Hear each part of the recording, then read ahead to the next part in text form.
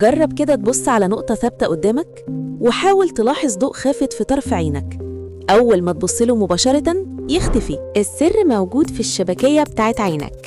في نوعين من الخلايا، رودز وكونز. الرودز موجودة في أطراف الشبكية وحساسة جدا للضوء الخافت، لكن كونز موجودة في المركز وهي مسؤولة عن التفاصيل والألوان.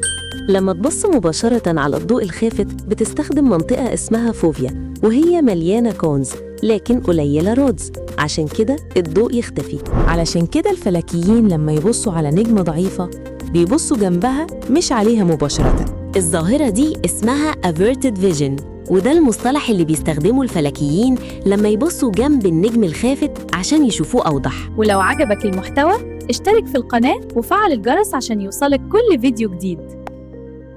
صحي وكيوت، معلومة صحية بس كيوت.